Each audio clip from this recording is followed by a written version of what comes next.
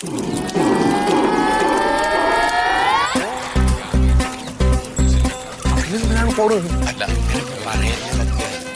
നമസ്കാരം നമസ്കാരം.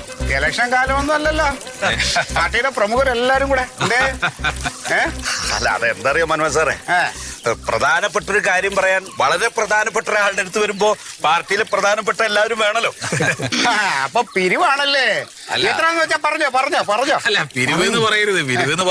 പിന്നെ ഇതിപ്പോ നമ്മുടെ ഈ ഒരു പ്രദേശത്തെ ഈ സഹകരണ സംഘം എന്ന് പറയുന്ന സംഗതി ഇപ്പൊ വളരെ കുറവാ. അപ്പൊ അത് നമ്മളെല്ലാരും കൂടെ അങ്ങനെ കൂടിയിട്ട് പാർട്ടിയുടെ ആളുകളൊക്കെ പാടെ കൂടി നമുക്ക് ഇവിടെ ഒരു സഹകരണ സംഘം സ്ഥാപിച്ചാലോ എന്നുള്ളതിന്റെ ഒരു ആലോചനയൊക്കെ നടക്കണ്ടായി. അപ്പൊ അതിന് നമ്മളൊരു ഫണ്ട് കളക്ഷൻ എന്നുള്ള നിലയ്ക്ക് പലിക്കൊരു ഷെയറിന് വേണ്ടിയിട്ട് അങ്ങനെ ഇറങ്ങിയതാണ് ഇപ്പൊ. അതായത് ഒരു സ്ഥാപനം തുടങ്ങി പലിശക്ക് കൊടുക്കുക. പലിശ ഒന്നും പറയാൻ വയ്യാന്ന്. പിന്നെ പലിശ വേണ്ടേ എന്ന് ചോദിച്ചാൽ അത്രേ ഉള്ളൂ, അല്ലാണ്ട് ഇല്ല ഒന്നുമില്ല. പലിശ അതായത് നമ്മളിപ്പോ നാട്ടില് ബന്ദ് മാറിയിട്ട് ഹർത്താലായി എന്ന് പറഞ്ഞില്ലേ, അത് തന്നെ സംഭവം. അല്ല അങ്ങനെയല്ല, നമ്മളിപ്പോ ഇത് നാട്ടുകാരുടെ കയ്യിൽ നിന്ന് ഇങ്ങനെ ഡെപ്പോസിറ്റ് ഒക്കെ മേടിച്ച് തുടങ്ങും. പിന്നെ നമ്മുടെ നാട്ടുകാർക്ക് തന്നെ ആവശ്യം വരുമല്ലോ, കല്യാണോ അല്ലെങ്കിൽ വാഹനം മേടിക്കലോ ഒക്കെ ആവുമ്പോ അവർക്ക് തന്നെ നമ്മൾ ഈ പൈസ അങ്ങ് വീതിച്ചു കൊടുക്കും. ഇപ്പൊ ചെറുതായാലും വലുതായാലും പലിശ തന്നെയാണ്. അല്ല അത് പറയാൻ പറ്റുമോ? ഞാനൊന്നും അല്ലല്ലോ. അല്ല അപ്പൊ അങ്ങനെ നമ്മുടെ പാർട്ടിയുടെ നേതൃത്വത്തിൽ ഒരു സൊസൈറ്റി തുടങ്ങാനുള്ള പരിപാടിയാണ്. നല്ലതാണ്. അപ്പൊ അതിന് ഞാൻ പറഞ്ഞില്ലേ, നാടിന്റെ ഒരു വികസന കാര്യത്തിന് ഞാൻ എപ്പോഴും കൂടെ ഉണ്ടാവും. ഈ വീട്ടിൽ നിന്ന് 3 മെമ്പർഷിപ്പ് ഉണ്ട്. നല്ലൊരു തുക ഡെപ്പോസിറ്റ് ഞാൻ തരാം. ഒന്ന് പിടിച്ചേ. അവിടെ എന്താ ജനറേറ്റർ ഓൺ ചെയ്തിട്ടുണ്ടാ നിങ്ങള്? ഇല്ല ഇപ്പൊ വരാൻ പറ്റില്ല. എനിക്ക് ഇപ്പൊ വരാൻ പറ്റില്ല. ഞങ്ങള് പാർട്ടിക്കാരെല്ലാവരും കൂടി പിരിവിട്ടൊരു ബാങ്ക് തുടങ്ങാൻ പോവാണ്. അതെ ഇല്ല, ഞാൻ വരാന്നതാ മനോജ് സാറിന്റെ കുറച്ച് പിരിവെടുക്കാൻ വന്നാണ്. അങ്ങനൊന്നും പറയാൻ പാടില്ല. അത് അങ്ങനെ പറയാൻ പാടില്ല എന്ന് വെക്കി. അതെ അവിടെ ജനറേറ്റർ ഓൺ ചെയ്തിരിക്കുകയാണേ. അപ്പൊ എന്താ കാര്യങ്ങളൊക്കെ എല്ലാം ഓക്കെ ആയി. അല്ല പിന്നെ മുതലാളി ഞങ്ങളോട് വരുന്ന സമയത്ത് നമ്മുടെ കൂട്ടത്തിൽ തന്നെയുള്ള ചില ആളുകൾ പറഞ്ഞു അവിടെ പോയി കഴിഞ്ഞാൽ ഒരു പൈസയും കിട്ടില്ല, അതൊക്കെ വെറുതെ അയാൾ ഇങ്ങനെ കാണിക്കുക അങ്ങനെയൊക്കെ. പക്ഷെ ഞാൻ പറഞ്ഞു അങ്ങനെയല്ല, മുതലാളിയുടെ അടുത്ത് തന്നെ പോയിട്ട് നമ്മൾ കാര്യങ്ങൾ പറഞ്ഞു കഴിഞ്ഞാൽ കൈ അയഞ്ഞ് സഹായിക്കുന്നു പറഞ്ഞു. ഇപ്പൊ എങ്ങനെയുണ്ട്? വേറൊരു ഫൈനാൻസ് കമ്പനിക്ക് ഞാനൊരു ഡിപ്പോസിറ്റ് കൊടുക്കാന്ന് പറഞ്ഞിരുന്നു. പക്ഷെ എന്തായാലും നമ്മുടെ നാട്ടിലെ വികസനം അല്ലേ, ആ ഡിപ്പോസിറ്റും കൂടെ ഞാൻ നിങ്ങൾക്ക് അങ്ങ് തരും. അതാണ് ഞാൻ പറഞ്ഞില്ലേ സാറേ, നോക്ക് പൂത്ത കാശലിരിക്കുന്നത് എന്താ മേടിക്കുന്നുണ്ട്. അപ്പൊ എന്തായാലും നമ്മുടെ നാട്ടിൽ ഇങ്ങനെ ഒരു സംഭവം തുടങ്ങുമ്പോ കുറെ ജോലിക്കാരൊക്കെ വേണ്ടി വരുമില്ലേ? പ്രത്യേകിച്ച് നമ്മുടെ പാർട്ടിയായിട്ട് ബന്ധപ്പെട്ടവരെ നമ്മൾ തെരഞ്ഞെടുത്ത് ജോലി കൊടുക്കും. കൂട്ടത്തില് ഇച്ചിരി പഠിപ്പും അറിവും വിവരമുള്ള ഒരാളെ ഞാൻ തരാം കേട്ടോ. അതാരാ? എന്റെ മോളെ M.Com കഴിഞ്ഞ് അക്കൗണ്ടിങ് എല്ലാം കഴിഞ്ഞ് മിടിക്കുക കേട്ടോ. കണക്കെന്ന് പറഞ്ഞാൽ അവള് എന്റെ ഇവിടുത്തെ മുഴുവൻ കണക്ക് അവളാ നോക്കണം. പിന്നെ ഈസി ആയിരിക്കും നിങ്ങൾക്ക് നോക്കാം. പിന്നെ എന്റെ ഇവിടെ നോക്കണോണ്ട് തന്നെ അവിടെ കൂടെ ജോലി ചെയ്താൽ എനിക്ക് എളുപ്പമാണ്. അത് കുഴപ്പമില്ല മുതലാളി. നമ്മളെന്തായാലും ഈ സൊസൈറ്റി കൂടിയിട്ട് ഫസ്റ്റ് മീറ്റിംഗ് കൂടുമല്ലോ, അപ്പൊ നമുക്ക് തീരുമാനിക്കാം. അപ്പൊ ഞാൻ തരാന്ന് പറഞ്ഞത് തരും, അത് ഓക്കെയാണ്. അയാളുടെ മോൾക്ക് ജോലി കൊടുക്കാൻ പോവാണ് നിങ്ങള്? ജോലി പിന്നില്ലേ, ആദ്യം ആ ഫണ്ട് ഇങ്ങോട്ട് വരട്ടെ. അല്ല ഞങ്ങളൊക്കെ ഇതിന്റെ പിന്നാലെ നടന്നിട്ട് അതാണ്. ഹലോ ഇനി ഇവിടെ ഞാന് നിനക്ക് ഞങ്ങൾ പിരിവിന് മനോജ് സാറിന്റെ അവിടെ നിൽക്കാണ്. നിനക്ക് ഡെപ്പോസിറ്റ് കിട്ടിയാ? 2 കിട്ടിയാ? അതെ ശരി അതെ നോക്ക്, ഞാനിക്ക് 2 ഡെപ്പോസിറ്റ് കിട്ടിയത്. അവൻ എടുക്കാനാണേ. ഞാനും പോട്ടെ, ഞാൻ വേറെ ഡെപ്പോസിറ്റ് ആക്കാന്. ചെയ്തൊന്നും മിണ്ടാതെ നിക്കി. സത്യയുടെ ഈ വകതിരിവില്ലാത്തവരെ പാർട്ടിന്ന് പുറത്താക്കാൻ പറ്റൂ. ഇറങ്ങിപ്പോയി. അങ്ങനെയാണെങ്കിൽ ഈ പാർട്ടിയിൽ ഒരാളുണ്ടാവില്ല, ഒക്കെ പിരിച്ചോണ്ട്.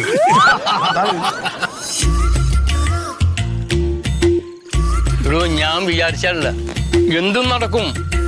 എനിക്ക് അത്ര മാത്രം പവർ ഇവിടെ ഉണ്ട്, അതറിയാലോ. എനിക്ക് വിശ്വാസം.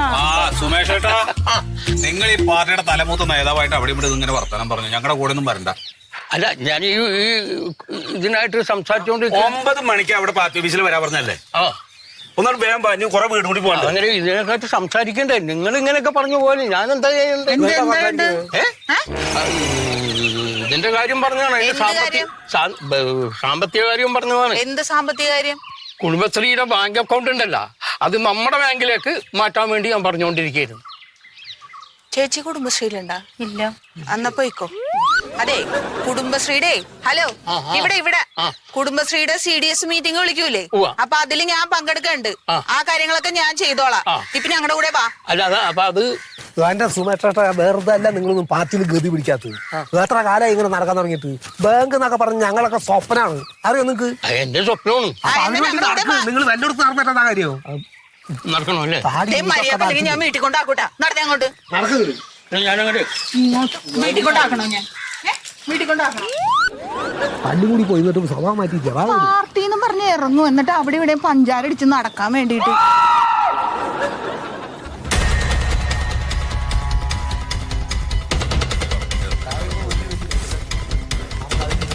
ഇത്ര കൊതുകടിയുണ്ട്. പിരിവെടുക്കാൻ നടന്നില്ല. എന്തെങ്കിലും ആയിക്കോട്ടെ, അവരുടെ കാര്യങ്ങൾക്ക് അവർ സംസാരിക്കും. നമുക്കെന്ത് ഗുണമാണ് ഇവിടെ?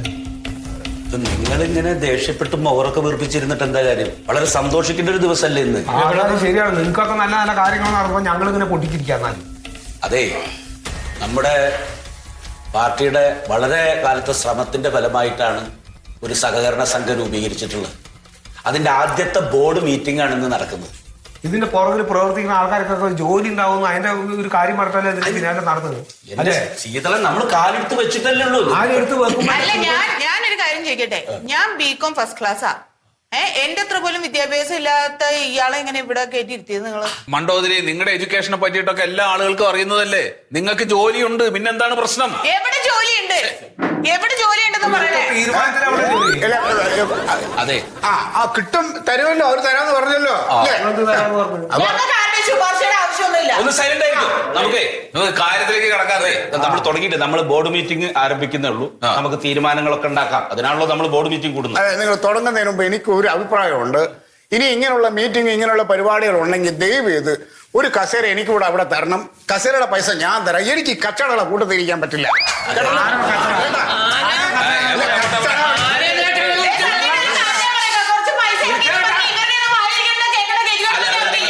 ആവശ്യമില്ലാത്ത കാര്യങ്ങൾ പറയണ്ടല്ലോ. ഞങ്ങള് ലക്ഷക്കണക്കിന് ഉറുപ്പിയാണ് പിരിച്ചു അത് എല്ലാവർക്കും അറിയാം. ഞാൻ എന്റെ വീട്ടിൽ നിന്ന് എടുത്തല്ല, അറിയാലോ. നമ്മൾ ബോർഡ് മീറ്റിംഗ് ഈ പ്യാരിക്ക് ജോലി കൊടുത്തതിന്റെ മാനദണ്ഡം എന്താണ്? അത് പറയും. ബോർഡ് മീറ്റിംഗ് ആരംഭിക്കുന്നുള്ളൂ. ഇനി കുറച്ചു നേരം മിണ്ടാതിരിക്കാൻ പറ്റുമോ? പ്രിയമുള്ളവരെ, പ്രിയപ്പെട്ട മെമ്പർമാരെ, നമ്മളെല്ലാവരും ഐക്യകണ്ഠേന തെരഞ്ഞെടുത്ത നമ്മുടെ സൊസൈറ്റിയുടെ പ്രസിഡന്റ് ശ്രീ സത്യശീലൻ അവർ നിങ്ങളോട് സംസാരിക്കും. ഒന്ന് കൈയെങ്കിലും അടിക്കും. പ്രസിഡന്റ് അല്ലേ? ഇപ്പോ എല്ലാ ആളുകളുടെയും വളരെ കൂട്ടായിട്ടുള്ള പരിശ്രമത്തിന്റെ ഭാഗമായിട്ടാണ് നമുക്ക് എത്രയും പെട്ടെന്ന് നമുക്ക് ബാങ്ക് തുടങ്ങണം എന്നുള്ള ഉദ്ദേശത്തിന്റെ മുകളിൽ നമ്മൾ പ്രവർത്തിച്ചത് കൊണ്ടാണ് നമുക്ക് ഇപ്പോൾ ഇത് തുടങ്ങാനായത്. എല്ലാ തസ്തികകളിലേക്കുമുള്ള ആളുകളെയൊന്നും നമ്മൾ തീരുമാനിച്ചിട്ടില്ല. അതൊക്കെ നമുക്ക് തീരുമാനിക്കാവുന്നതേ ഉള്ളൂ. ഇപ്പോ പ്യാരിയെ എന്തിന് ജോലിക്കെടുത്തു എന്നുള്ളതാണ് പല ആളുകളും ഇവിടെ ഉന്നയിച്ചത്. ആ ഉന്നയിച്ച കാര്യങ്ങളിലൊന്നും ഒരു കാര്യവുമില്ല. പ്യാരിയെ താൽക്കാലികമായിട്ട് ഇതിന്റെ കാര്യങ്ങളൊക്കെ ഒന്ന് നടത്തുന്നതിന് വേണ്ടി ചുമതല ഏൽപ്പിച്ചു, അത്രേ ഉള്ളൂ. ഇത് ശീതളനോടും മണ്ടോദരിയോടും കൂടി പറയുന്നതും കൂടിയാണ്.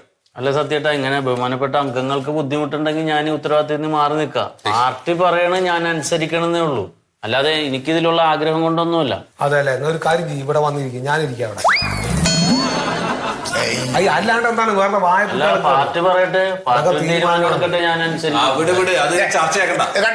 പാർട്ടിയുടെ അനുസരണമുള്ള ഒരു അംഗം എന്ന് പറഞ്ഞാൽ ഇങ്ങനെ ഇരിക്കണം. എനിക്ക് ഇങ്ങനെയുള്ള അനുസരണമുള്ള ഭയങ്കര ഇഷ്ടമാണ്. ഇയാളൊന്ന് പുറത്താക്കി. ഞാൻ പുറത്താ, ഇതെല്ലാം കൂടെ പുറത്താവും. തുപ്പലം ധരിക്കണം. അപ്പൊ നമുക്ക് അടുത്ത കാര്യങ്ങളിലേക്ക് കിടക്കാം. പറഞ്ഞു. അതെ, ആ ഉദ്ഘാടനത്തിന് ആ മന്ത്രിയെ വിളിച്ചിട്ട് ഡേറ്റ് ഏതാ പറഞ്ഞത്? ഡേറ്റ് 21 21 കൺഫേം അല്ലേ? അപ്പൊ 21 തീയതി നമ്മുടെ ബാങ്കിന്റെ സൊസൈറ്റിയുടെ ഉദ്ഘാടനം നടക്കുകയാണ്. മന്ത്രി, സഹകരണ വകുപ്പ് മന്ത്രി. അതെ അതെ, എനിക്കൊരു ഒരു അഭ്യർത്ഥനയുണ്ട്. ഉദ്ഘാടനത്തിന്റെ മുഴുവൻ ചെലവും ഞാൻ വഹിച്ചോളാം. പക്ഷേ സ്വാഗതം പറയാൻ എന്നെ വിളിക്കരുത്, നിർബന്ധിക്കരുത്. പിന്നെ ഒരു ഓഫറും കൂടെ ഞാൻ വയ്ക്കുകയാണ്. ഇവിടെ ഇപ്പൊ ആർക്കോ 1-2 പേർക്ക് ജോലിയുടെ എന്തോ പ്രശ്നമുണ്ടെന്ന് പറഞ്ഞു. 2 പേർക്ക് ഞാൻ ജോലി കൊടുക്കാൻ ഞാൻ എന്റെ വീട്ടില് ഒരു തോട്ടക്കാരൻ്റെയും കുറവുണ്ട്, ഒരു അടുക്കളക്കാരുടെയും കുറവുണ്ട്. രണ്ടുപേരും ആർക്കാന്ന് വെച്ചാൽ അത് വന്ന് ജോലി സന്തോഷമായിട്ട് മാസം മാസം മാന്യമായിട്ട് ഞാൻ തരും. എന്തായി മന്ദൻ പറയുന്നത്? അല്ല, വെറുതെ തമാശ പറയണതാണ്. അതെ അതെ അതെ പ്രസിഡന്റ്, ഒരു കാര്യം ഇങ്ങനെയുള്ള സംസ്കാരത്തെ ആളുകളുടെ കൂടെ എനിക്ക് മുന്നോട്ട് പോകാൻ ഇവരൊക്കെ എത്ര രൂപ ഇവർ ഇതിലേക്ക് പിരിച്ചു ആ പൈസ കൂടെ ഞാൻ തരാം.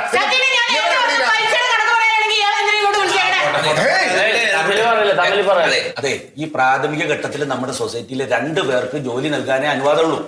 അതുകൊണ്ടാണ് നമ്മുടെ സെക്രട്ടറി ആയിട്ട് പാരിജാതനെയും കേഷ്യറായിട്ട് മന്മഥന്റെ മകളെയും തെരഞ്ഞെടുത്തത്. നല്ല തീരുമാനം. പിന്നെ ഒരുപാട് തസ്തികകൾ ഇനി ഒഴിഞ്ഞു കിടക്കുന്നുണ്ട്. അർഹതപ്പെട്ടവർക്ക് അർഹതപ്പെട്ട ജോലി ഉറപ്പായിട്ട് ലഭിക്കും. സുഗതം പറഞ്ഞത് വളരെ കറക്റ്റാ. അർഹതയുള്ളവർക്ക് അർഹതപ്പെട്ട ജോലി കൊടുക്കണം. ക്യാഷ്യർ ആവാ എന്തുകൊണ്ട് അർഹത ഉള്ളത് എന്റെ മോളാ.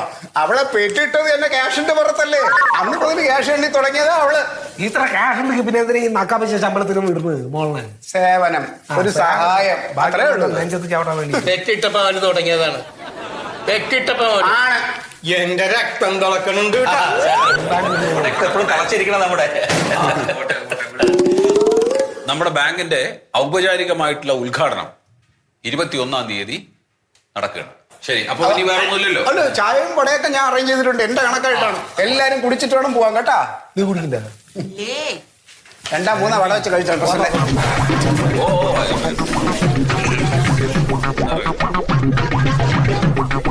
പിന്നെ ഈ നേരത്തെ പറഞ്ഞില്ലേ വേണമെങ്കിൽ സ്ഥാനം ഒഴിഞ്ഞു കൊടുക്കാന്ന് പറഞ്ഞില്ലേ, അത് കാര്യമായിട്ട് പറഞ്ഞാണ്. ഇപ്പൊ ഒഴിയണ്ട. 2 മാസം കഴിയുമ്പോ എന്റെ മോളെ കല്യാണം കഴിയും. അപ്പോഴത്തേക്ക് മരുമോൻ ചെറുക്കണമെങ്കിൽ നമുക്ക് ഈ സ്ഥാനത്തിരുത്താം. അപ്പൊ ഒഴിഞ്ഞാൽ മതി കേട്ടാ.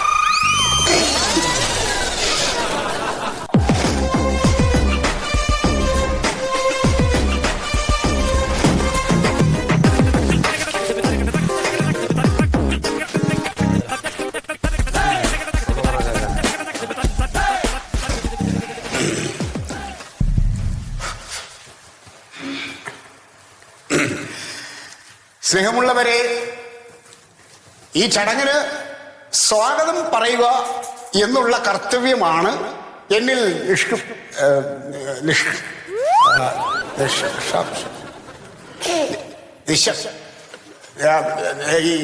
എന്നിൽ പറഞ്ഞു വെച്ചിട്ടുള്ള കാര്യം.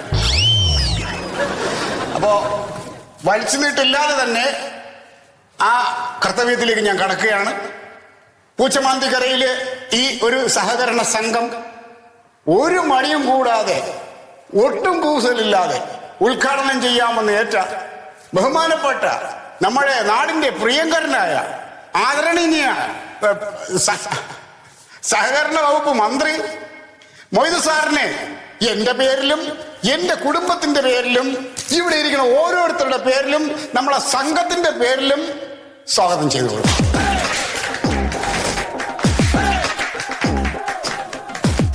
ഈ ചടങ്ങിന്റെ അധ്യക്ഷ പദവി അലങ്കരിക്കുന്ന നമ്മുടെ നാടിന്റെ പ്രിയങ്കരനായ MLA രാഘവൻ സാറിനെയും എന്റെ പേരിലും എന്റെ കുടുംബത്തിന്റെ പേരിലും നമ്മുടെ സംഘത്തിന്റെ പേരിലും ഇവിടെ ഇരിക്കുന്ന എല്ലാവരുടെ പേരിലും സ്വാഗതം ചെയ്തു കൊള്ളുന്നു. ഇനി അടുത്തതായിട്ട് സ്വാഗതം പറയാനുള്ളത് മതിയെന്ന്. അപ്പൊ എല്ലാവർക്കും ഇവിടെ കൂടിയ ഓരോരുത്തർക്കും ഓരോ വ്യക്തികൾക്കും ഇവിടെ ഇനി ഈ കേട്ടോണ്ടിരിക്കുന്ന ഈ ശബ്ദം കേൾക്കുന്ന എല്ലാവർക്കും എന്റെ പേരിലും എന്റെ കുടുംബത്തിന്റെ പേരിലും നമ്മുടെ സംഘത്തിന്റെ പേരിലും പിന്നെ ഈ ഇരിക്കുന്ന ഓരോരുത്തരുടെ പേരിലും ഉള്ള സ്വാഗതം ആശംസിക്കും. അപ്പൊ ഇനി അടുത്ത അധ്യക്ഷ പ്രസംഗത്തിനായിട്ട് ബഹുമാനപ്പെട്ട MLA സാറേ.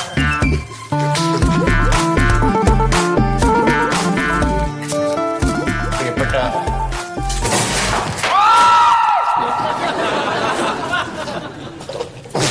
സ്വാഗത പ്രാസംഗികൻ മന്മഥൻ,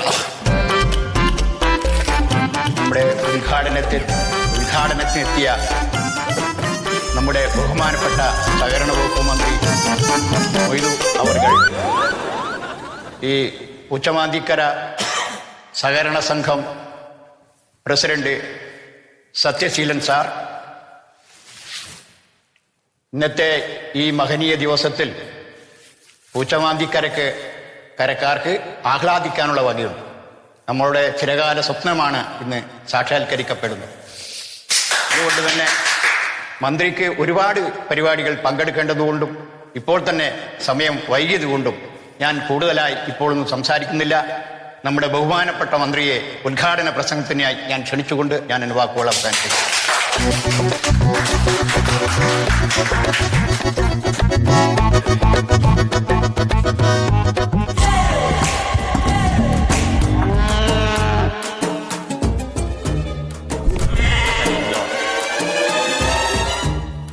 നാട്ടുകാരെ, മാതാപിതാക്കളെ, ഗുരുജനങ്ങളെ, വേദിയിലിരിക്കുന്ന വിശിഷ്ട വ്യക്തിത്വങ്ങളെ, ഞാൻ MLA-യും മന്ത്രിയും ആയതിനു ശേഷം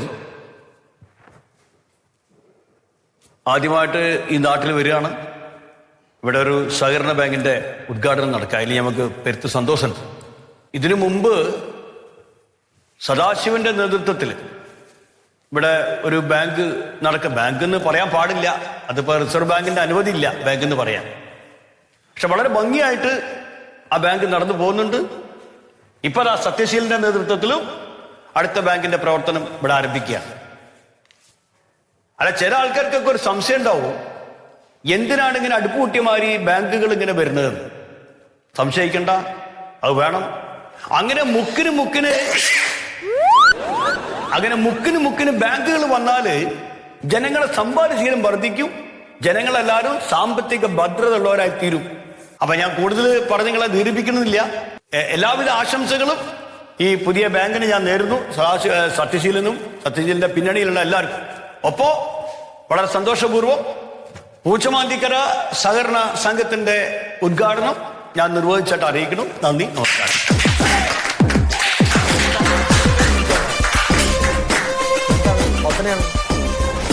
അതെ, ഈ സംഘത്തിലേക്കുള്ള നിയമനം മുഴുവൻ കഴിഞ്ഞു ഇല്ലല്ലോ. നമുക്ക് വേണ്ടപ്പെട്ട ഒരാളുണ്ട്. പാർട്ടിക്ക് വേണ്ടി ഒരുപാട് സംഭാവന ചെയ്ത ഒരാളാ. മൂപ്പരെ മോനും ഒരു പോസ്റ്റ് കൊടുക്കണം. പോസ്റ്റ് എത്ര വേണമെങ്കിലും ഒരു തരൂ. അപ്പൊ ഞാൻ പറയുന്ന തസ്തിക കൊടുക്കണം. വാക്കാണ് മന്ത്രി പറഞ്ഞു.